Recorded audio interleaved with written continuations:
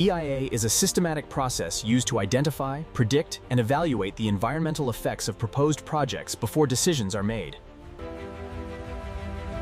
As nations grow and infrastructure expands, protecting the environment becomes increasingly important. The first step is screening. Authorities determine whether a project requires a full environmental assessment. For B1 and Category A projects, the EAC or SEAC determines the scope of the EIA study. Minimum 1 season of baseline environmental data is collected covering air quality, water quality, soil. A QCI/NABET accredited consultant prepares the full EIA report and environmental management plan. Engines.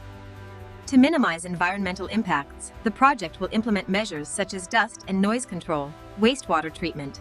So the environmental impact, as you can see on the screen, is projected to be quite low. Thank you. However, the spiritual impact on our community is much harder to quantify. Based on recommendations, the authority issues the environmental clearance. The project proceeds